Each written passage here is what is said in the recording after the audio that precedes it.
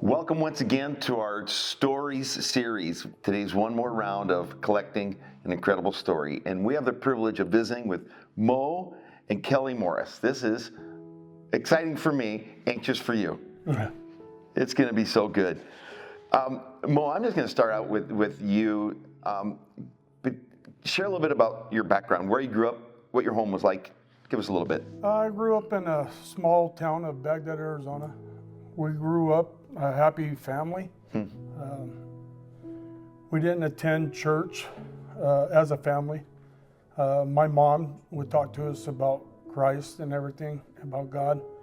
And that's pretty much how we did it. It's kind of a traditional family. Yeah, I knew there was a God. Right. I just didn't know the impact it played in my heart, you know. Yeah, you wrote that down, that you believed there was a God, but you didn't know what it meant to be a believer. Yeah. Kel, you used words I've not heard you use before. You grew up in a divided household. Give us some background. So my mom was religious. She did go to church. She attended. She had a super strong faith. And my dad just wasn't. He kind of just went along with the flow. And he was just a hard man. So you guys both, your story's so unique, and it's where we say, wow, God really has a good plan. It's crazy that he took really your stories and you met on this softball field. But Mo, in part of your story up to that meeting on the softball field, you went through a divorce that wasn't pleasant. Kelly, what was your view of marriage? With a divided house, did you think, there's no way I'm going to go through this kind of a angry dad, husband? Yeah, I think that I decided that it would be better to do life alone and, no children, none of those things. That it would just be better to be on my own and independent than to be stuck in turmoil. Yeah, it's big of a deal for Mo to get past the pain. It's a big deal for you to decide, okay, we're going to try marriage. And you didn't want children. No children. And he had 4 children. How did you come to that, I'll use the word loosely, compromise, to marry into a family? So his mom died in 2005, Okay. And I was on a plane to Denver for work, and I got to watch him suffer.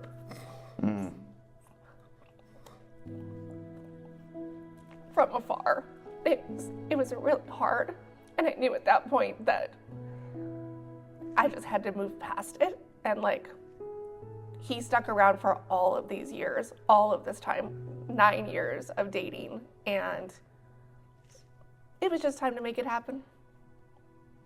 So to kind of lay down what you love for what you love even more. Correct. Kind of one of those decisions. Yeah. Yeah. So this journey, and it's so cool that Tracy and I have been able to be a part of it. But then you guys get to this opportunity to adopt. You know our story. I love adoption. I think it's an amazing miracle. I love Romans 8 that says that we're made new by this spirit of adoption, and it's such a picture of what Christ does for us. I love the story of adoption. So coming alongside you guys in that story was incredible. Kelly, tell us how this story of adoption started. I prayed against it for a year. I literally prayed that anything else would happen, that we would not be starting over. We had plans. We were set up for retirement. We were going to do all the things. Right. And then the phone call came in, and something had to be done. And we discussed it, and I didn't want to do it, but I would do it because I didn't want him to resent me later. And his conversation, his piece was, I want to do it, but I don't want you to resent me later. And so we were at an impasse of, well, neither one of us want to have the other one grow in resentment, but we want completely different things. Mo, what was it in you that wanted to adopt these two little boys? You already had 4 children. It was a storied relationship with those 4 children, and you wanted to be a start over parent again. I think for me, they were my grandkids, and I didn't want them to go in the system and not knowing where they were and how to be able to reach out to them if they needed me. Yeah. My daughter wasn't doing the right things, and that's basically where it was going because of the drugs, and we were going to lose them, and that's why I wanted to adopt them. Yeah. So your grandchildren, so the kinship adoption, as it's called, besides never wanting to be a mom and not wanting your future plans imploded, what caused you to say, okay, this is it? I knew that he ultimately needed a second chance, and so this is what you do. Yeah. Wow. In that story of adoption over the last few years, what's been the impact of City Church, or where did you realize you had a community you could lean on in this journey? I think it was through the adoption process, correct? It's tough. You have previous family commitments. You have previous established relationships. Right. You have a dynamic that already works, and so you have this extended. You have your immediate family, and then you have your extended family. And when something like this big happens, the opinions just come out of the wood. I mean, they just come from the seams. Everyone has something to say, and it's demeaning. There were so many just mean and negative things said. You know, we're doing this out of, love for the oldest daughter, out of love for the grandchildren, out of, orchestrating all of this. And the kids, by the time she was done, there was 8. Wow. One of them is in heaven. He was one of the twins. He just didn't make it. But the other 7 are with family. Kelly, you're a very strong person, and I don't think I've ever heard you use the word regret. How's that walk with Christ helped you be so dialed in and not let the past be a shadow? I think that every circumstance, every decision, every choice, we're responsible for those, and you only lose when you stop trying. Yeah. And so you just gotta go. Yeah. And every single thing that you survive makes you stronger. That's right. And it gives you an opportunity to share your story when someone else is walking through what you've walked through. You've walked through it and succeeded. You can now be a light when helping other people. That's so good. For adult children, where are they now? How's that relationship? We finally are establishing a relationship with my daughters. My son, I've always had a relationship with him, but they see that I wasn't such a bad dad. They're just fun. They're, spoiler alert, they say all of the stages are the hardest, but adult children are 100% the hardest. They are. And so as much fun as they are, they also have helped us walk through very many firsts. Yeah. We've had very positive first, we've had very negative, first, but they're just fun. I have a solid relationship with all of them. I was going to ask about that. After all this time, that's the story. That's, again, it brings us back to redemption. There's always second chances. Grace restores relationships. He's the God of reconciliation. And I'm confident that your adult children are where they are because you two are where you are with Christ.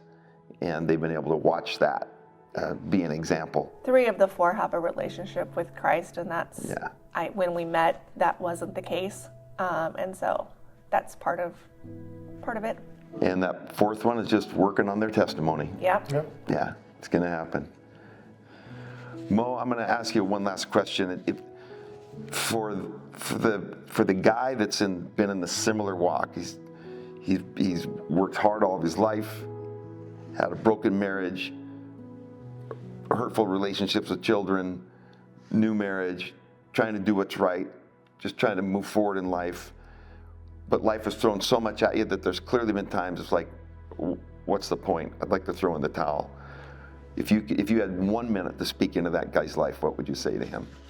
Don't be afraid to give life a chance. I mean, you got to keep going. There's a lot to live for, and give God a chance to work in your lives to make you stronger people. You just can't give up. I love that line. Kelly, as normal, most of our conversations, you get the last word. So we're gonna do that today. For that wife that's out there that is spinning all the plates, whether they have the same label or not, there's still 8 or 10 plates that every day get to be spun, and that she's considering walking out, she's considering giving up.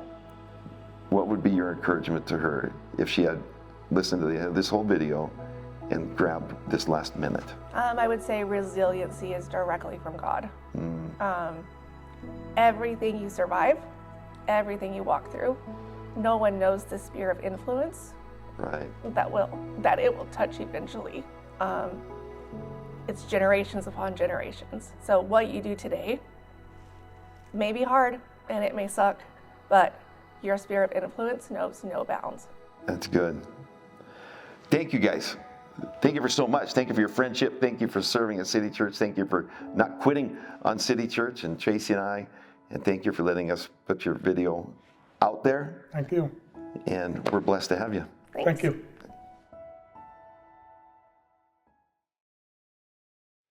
If you have a copy of God's Word, I'm going to ask you to open the book of Psalms, Psalm 78, as we start our journey for the next few weeks leading up to Easter. Easter is so close. Okay, this is not going to work. Easter is so close. April 20th is Easter. And for City Church, Easter really for us starts today. We start our series of stories leading up to his story that we're going to talk about on April 20th. Tonight is our Easter Vision Night. If you serve in any capacity or want to serve in any capacity, please join us at 6 o'clock tonight. We're going to begin our journey. Psalm 78, I think I asked you to turn there. Psalm 78, verse 1. Matt, will you do me a favor? Will you get me that bottle of water that's on the bench right there, my friend? Thank you. This guy, look at him run. Gosh. Everybody says that he's my favorite. He is. And he milks it. Psalm 78 was not written by David. It was written by a guy named Asaph, and Asaph was David's worship leader. I can't think of a more high-pressure job than to be David's worship leader. David, who was known as a worshiper, who wrote the Psalms, wrote songs that we still sing today, who was called into Saul's kingdom and chased off dark spirits through his worship. Like David was the worship guy of the known world. And they say to Asaph, you are going to be David's worship leader. I can't imagine the pressure in that situation. Asaph saw something.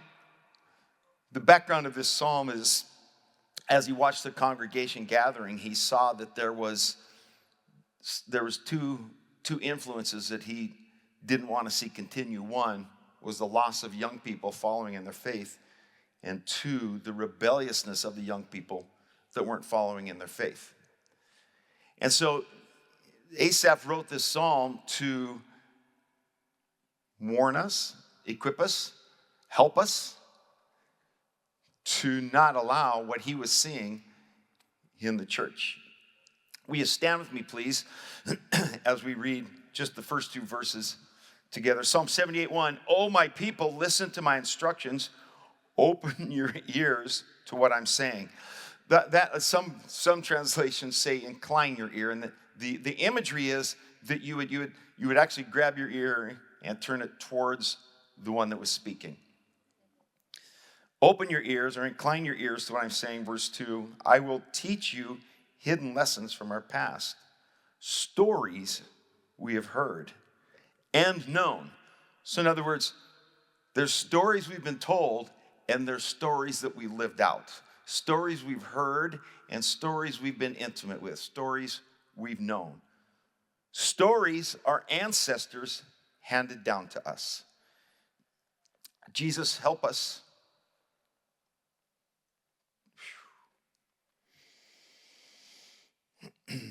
Help us in our stories to see the value and the encouragement and your position in them. Can we please leave here today far more equipped to influence people towards your kingdom than when we came in? And all City Church said, amen. You may be seated. Have you noticed that some people are good at telling stories and some people are not? And generally speaking, it's men are not good at telling stories. Well, they think they are. You can ask a guy, how was your day? And he'll say, good. In his opinion, he's told you the whole day. So when you say to him, no, I'd like to hear about your day, generally the conversation might be, well, I got up this morning and I was a little bit late, so I kind of ran around the house like a chicken with the head cut off, let the dog out. Finally got out of the garage, got to work, talked to Bob. You remember Bob? I talked to Bob at work today. Pretty slow day, and now I'm here. Where his wife would say, how was your day? And she would say, well, I got up this morning and when I went out to let the dog out, do you remember the last time I let the dog out? The neighbor's dog came into our yard and started chasing our dog around. And we thought it was a coyote, but it wasn't a coyote. But we got rid of the neighbor's dog and finally they kept their dog in their own yard. Now our dog can safely play in his yard. And so I stood and watched our dog to make sure our dog was safe for a long time before. And that made me a little bit late. So I had to run around the house, busy, get the kids ready. I had to get the lunch together. And when you get the lunch together, did you know that we were out of milk? How did we ever run out of milk? Why does nobody ever tell me that we're out of milk? We need more milk. And I didn't know we needed more milk. And there's no milk in the fridge. I'm just trying to get the kids their lunch. There was no milk. So I got out of the house late. I don't know where you were, but I was working. And then on my way to work, I saw that sign. You remember that sign, that guy, Rafi, that attorney? Why is that sign everywhere? And no where I look, I see Rafi. And so I was just wondering, do we know Rafi? And so, but we don't know Rafi. But you remember when we did know Jaffe? Jaffe, our friend? Remember back in 1962 when we used to go to dinner with Jaffe? Do you remember that one time that we went to dinner with Jaffe and we forgot our wallet and he had to pay? Do you remember that? That was so fun. Well, anyway, so when I got to work, there was this lady named Meredith. And we connected. We talked and talked all day long. We talked. I'm going to get to dinner. But let me tell you about Meredith. 2 stories. And some are good and some are not good at it. But every part of our life, every day of our life, we are either living a story, writing a story, or editing our story. Every moment of every day is a story. Our stories are for telling. But sometimes I think that we don't understand the remarkable place that Christ has in our story. I think most Christians understand eternal life and forgiveness of sins, and you're going to one day meet Jesus face to face. I think most of us grasp that. But I don't think we grasp how remarkable that is. The Creator, the Ancient of Days, has you in his story. The beginning and the end, that's not linear. It is a whole. He's the beginning and the end, has you in his story. The one who never has a shadow of turning has you in his story. The one that met you perhaps at your darkest hour and loved you more than you've ever been loved, you're in his story. The one whose supply is limitless and can't be measured has you in his story. The one who gave his son to die for you and I has you in his story. The one who watches you while you sleep has you in his story. The one who cares about what you care about has you in his story. The one who keeps your tears in a bottle has you in his story. It is remarkable that you can do nothing for him to have greater desire to have you in his story.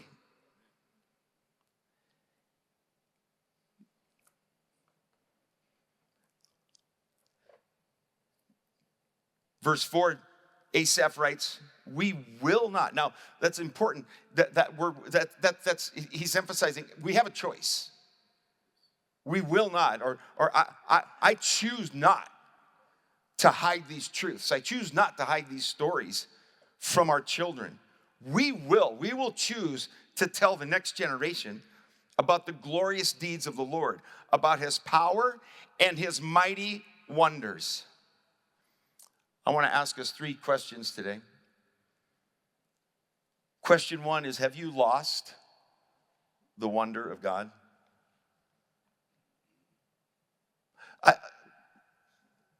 Maybe the deeper, real question is, have you ever been in awe of God?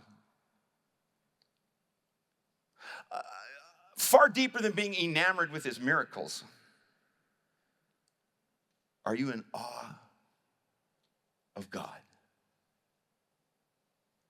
When was the last time that you perhaps sat and were stunned by God? I'm talking bigger than the beauty of creation or a miracle of redemption. Just God. What if your current moment is as good as it gets? Are you in awe of God?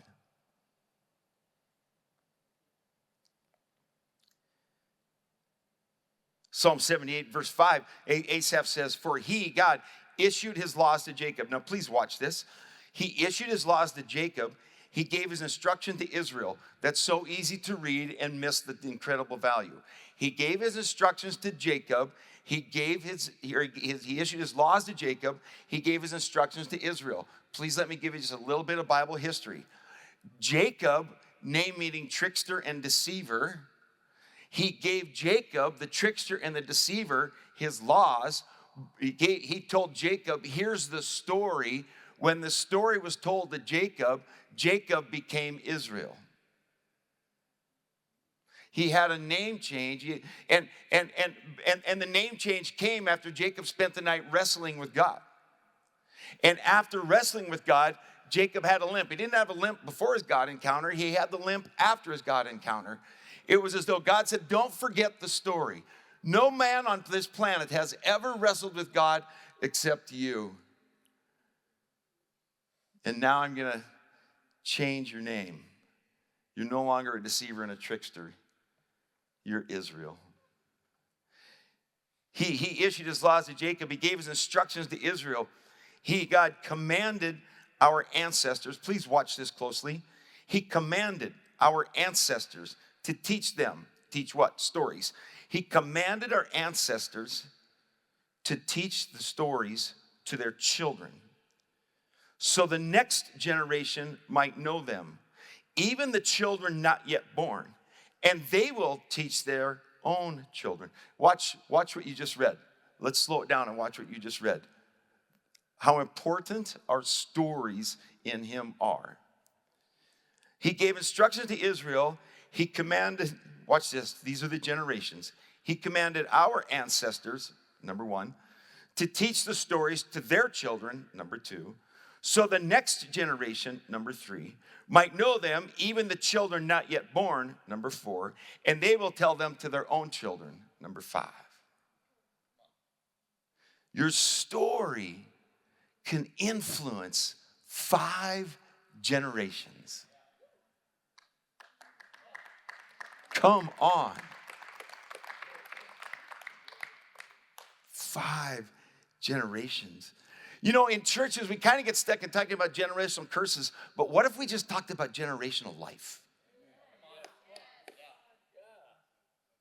What if we stopped focusing on the darkness and started giving birth to the light so that the darkness has to flee? We just talk about generational life. What if we realize this walk with Christ is so much bigger than we are? Do we have a photo that I'd like to use? There it is. I used this one at our party with the pastor. It's so important to me. This picture is the picture of the first church in the city of Surprise in 1940. The building and the land were donated, and this group of people said, we're going to have a life-giving, life-changing church in the city of Surprise. 1940. We stand on the shoulder of the stories of these people. And may City Church be willing to build a church that outlives them because our story.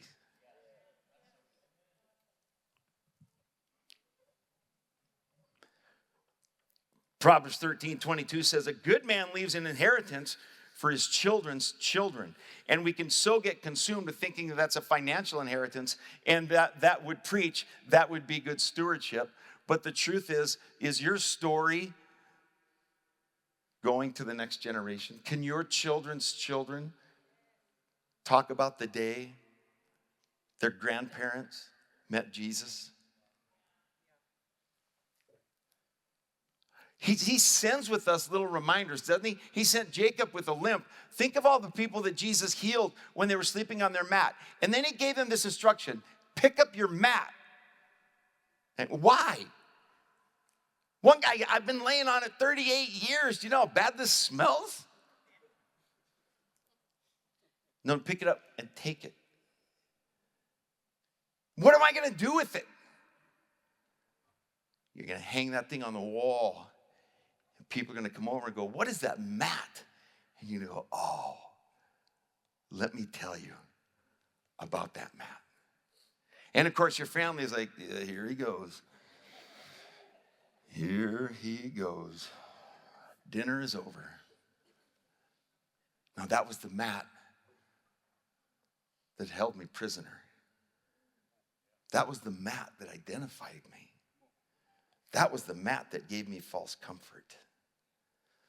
That was the mat that I was laying on when I met this guy, Jesus. And the grandkids come over and go, Papa, tell us about the mat. Tell us your story. I ask you, are you in awe of your story?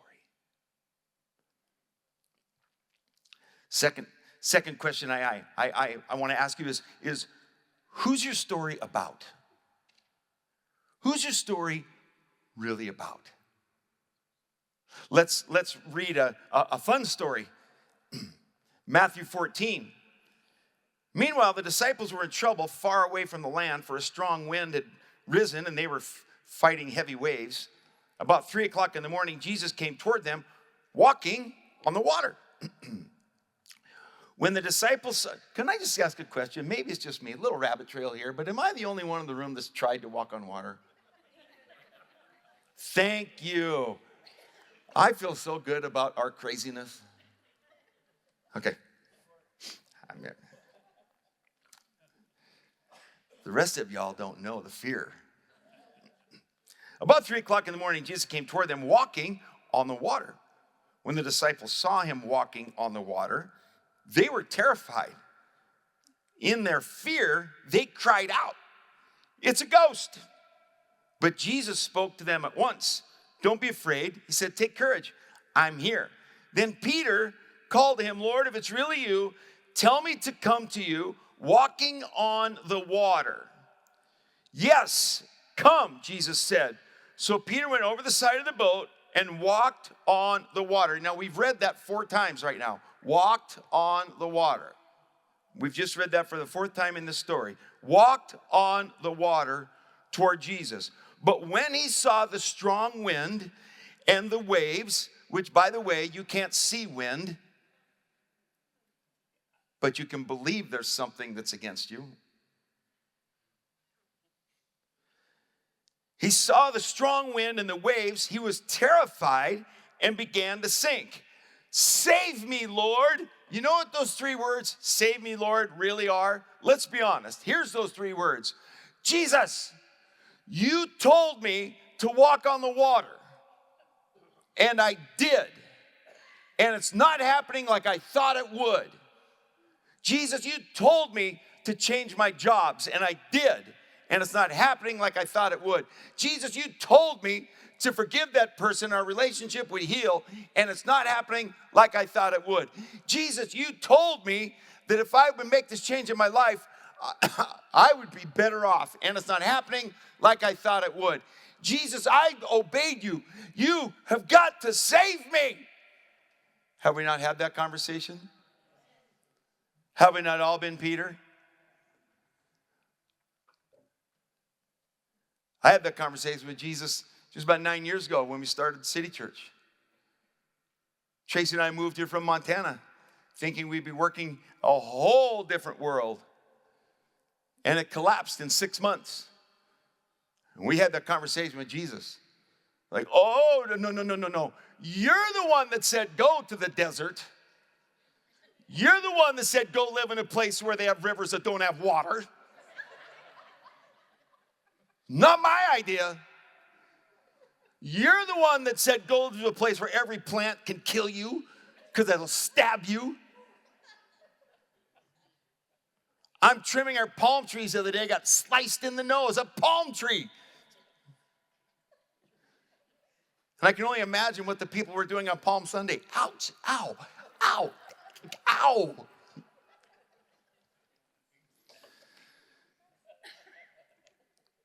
Have we not all shouted to the Lord, this is not, no, I told you I wanted to walk on water. You said get out and walk on water. I'm sinking. And then it says Jesus reached out, which means unless Jesus is Captain Stretch, Peter was this far away.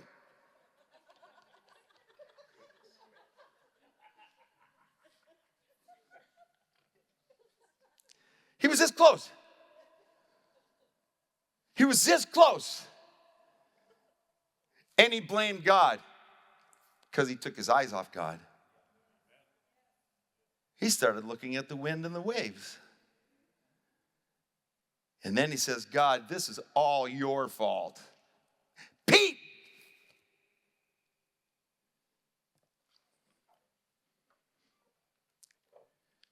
Jesus immediately reached out and grabbed him. You have so little faith, Jesus said. Why did you doubt me?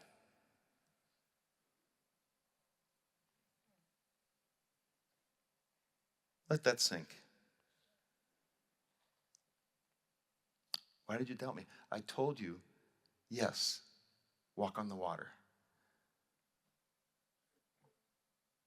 Why did you doubt me? Now, it's Jesus grabbed him, and the waves are still crazy, and Jesus said, you little faith, why did you doubt me? If I'm Peter right then, I'm like, do you think we could talk in the boat? Like, let's have this conversation in the place where I was comfortable. Can we go back to what I thought was success? Would it be okay with you if I returned to my own prison? It felt safer than this.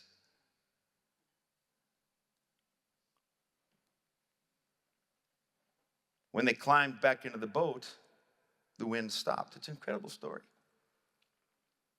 That's Matthew's version. 9 verses to this story. Book of Mark is the other gospel which tells us this story as well. We're gonna go to the book of Mark and read this story as well. Now here's what's interesting about the book of Mark. The book of Mark, John Mark, who wrote the book of Mark, was not a disciple. John Mark was a scribe for Peter. So the book of Mark is Peter narrating, John Mark writing. Mark 6:48, at about 3 o'clock in the morning, Jesus came toward them walking on the water. He intended to go past them, but when they saw him walking on the water, they cried out in terror, thinking he was a ghost. They were all terrified when they saw him, but Jesus spoke to them at once. Don't be afraid, he said. Take courage, I'm here. Then he climbed into the boat, and the wind stopped, and they were totally amazed. And if I'm Mark and I'm writing this, I'm like, Pete, bro, this is your story. Like Matthew gave 9 verses, and you're giving this story 4. Like, Pete, come on, what was it really like? Tell us, like, were you crying? You were so scared? What was it really? Was the water cold? What did Jesus say to you when he pulled you out of the water? How did it feel when he said yes? Come on, Pete, lay it out there. Tell us the story. And it's almost as though Peter, telling the story, pauses and says, Mark, it was never about me. Let's not add that part. Let's just talk about him.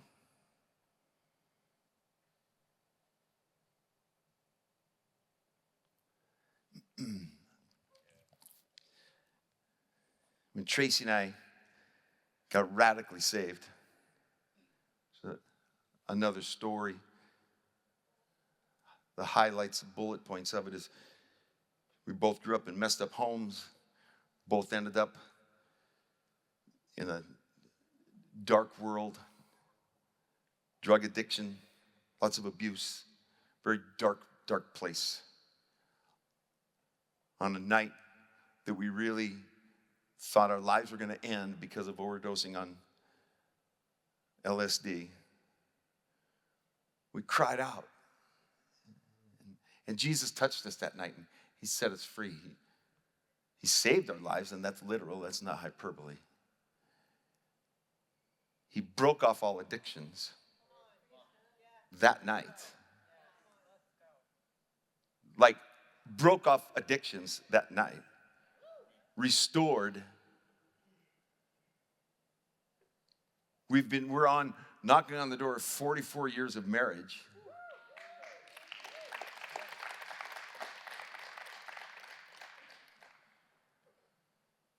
If you don't think that's been hard on her,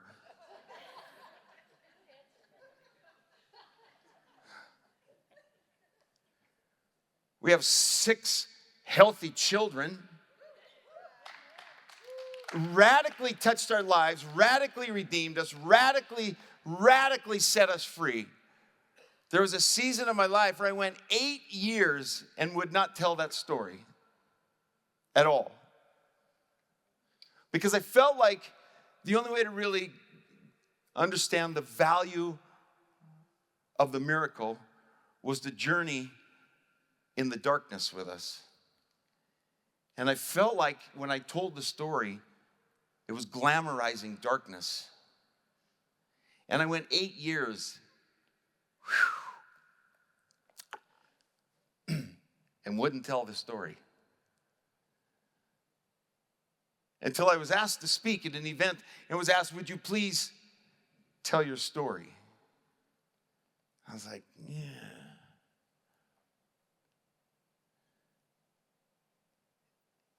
And the Lord said, it never was your story.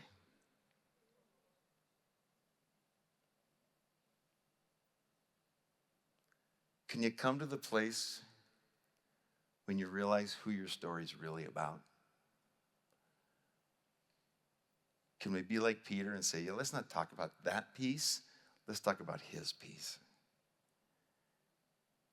Because his redemption should keep me in awe.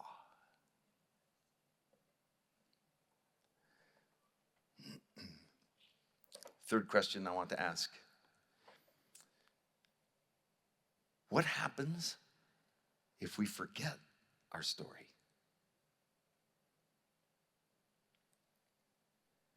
Asaph continues to tell us in Psalm 78, verse 7, he says, so each generation should set their hope anew on God, not forgetting, watch this, not forgetting his glorious miracles and obeying his commands.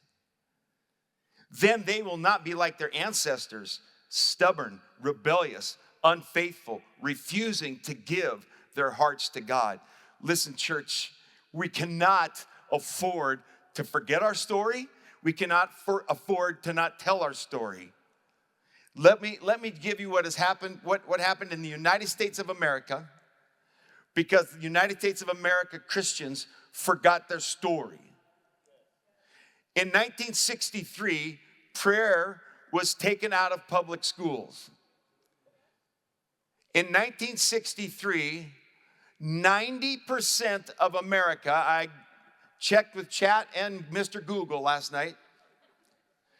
In 1963, 90% of America claimed to be born-again Christians.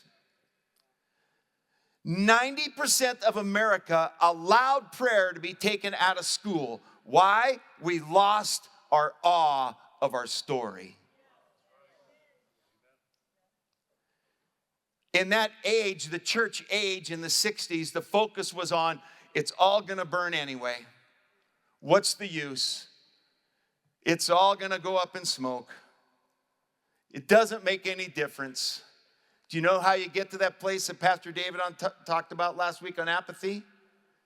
You forget your story. And you don't stand for the next generation. And today, we can cast stones at the young people because they're stubborn, rebellious, unfaithful, refusing to give their hearts to God. But it started with a generation that forgot their story.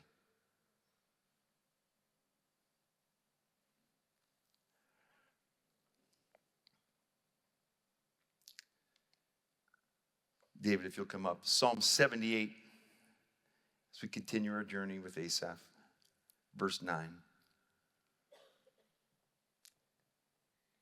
The warriors of Ephraim, though armed with bows, turned their backs and fled on the day of battle.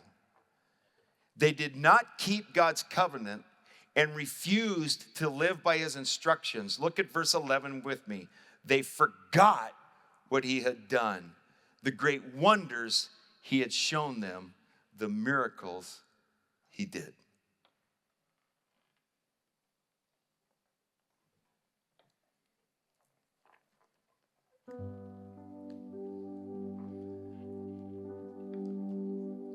I'm going to wrap up.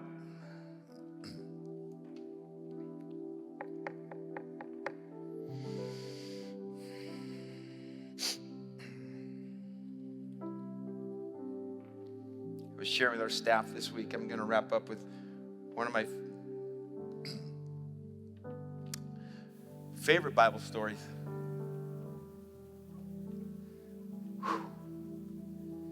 There's this crazy book called Esther. It's the one book of the Bible that doesn't use the word God one time. If you're not familiar with it, I'll give you the bullet points. It's about a young lady who was really taken captive to serve the king on every level, I will say. She had an uncle, his name was Mordecai, and Mordecai was a gatekeeper. Mordecai one day at the gate overheard a conversation of some other people, and King Xerxes at the time had taken all the Jewish people prisoner, and he was using the women, and so a couple of gatekeepers were having a conversation, and they were plotting how they could overthrow Xerxes, take over the government, and they would own the Hebrew people.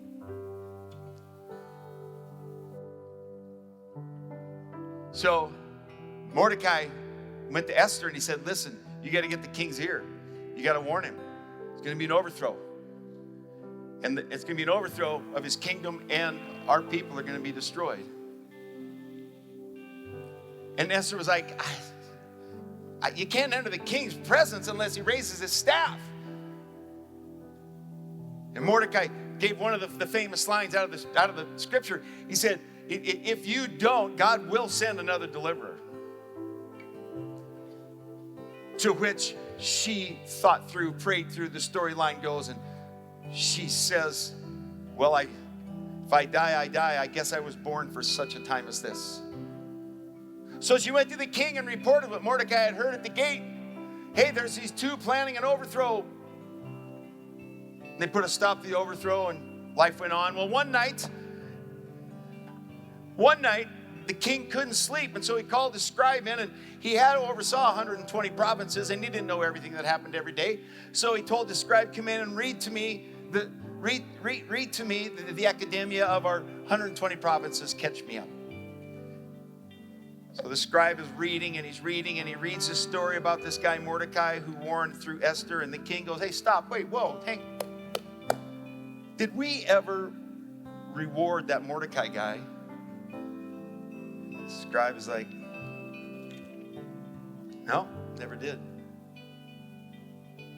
At the same time, there's this guy named Haman, and Haman was jealous of Mordecai. He hated Mordecai because Mordecai wouldn't honor him. And Haman was very self-righteous, egotistical, just a little spineless, mealy-mouthed guy.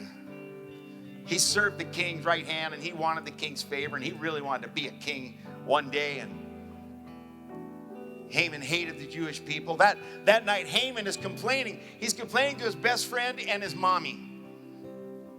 It's like, Mommy, Mordecai won't honor me.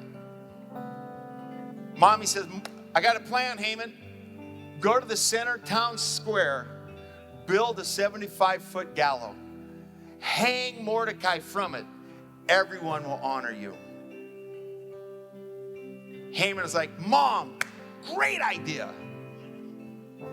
So he goes out and begins building the 75-foot gallows.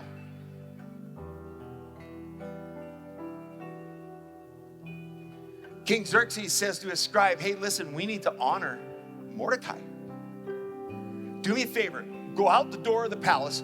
First person you see, bring him in. Tell them I want them to help me figure out how to honor someone. The scribe walks out. There's Haman building a gallows. Haman, king wants to talk about how to honor someone in the kingdom. Haman is like, yes, brilliant. About time. So he goes in before the king. King, what can I do for you? King says, listen, I need to honor someone in my kingdom. What would you do? How would you show honor to someone in the kingdom? Haman is like, this is so good. King, you know what I do? I take one of your robes and put your robe on him. And not any robe, a robe you've worn in public. A robe that people will know this is your robe and you've worn it in public. Put that robe on that brother. The king is like, brilliant. What else? Haman is like, no way. You know what I do, king? I'd put him on a horse. Not any horse. A stallion that you've ridden in public. Put him up on that stallion with the robe that you've worn in public. I'd do that. King's like, brilliant. What else? Haman is like, I can't. This is so good. This is, oh. I'd put your robe on him. I'd put him on your stallion. And then I'd have someone lead them through the kingdom and have them shouting, this is what the king does when he honors someone for serving him. King is like, brilliant. Haman, go do that for Mordecai.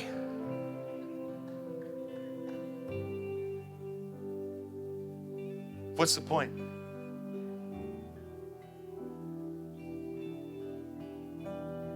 When the enemy is up all night planning your destruction, the king is all night preparing your destiny.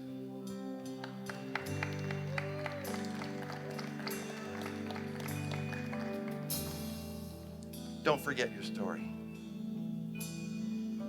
Prayer team, if you'll come up. Band's going to lead us through a song. Please honor this moment. We're not dismissed yet. Pastor Katie will dismiss us in a bit.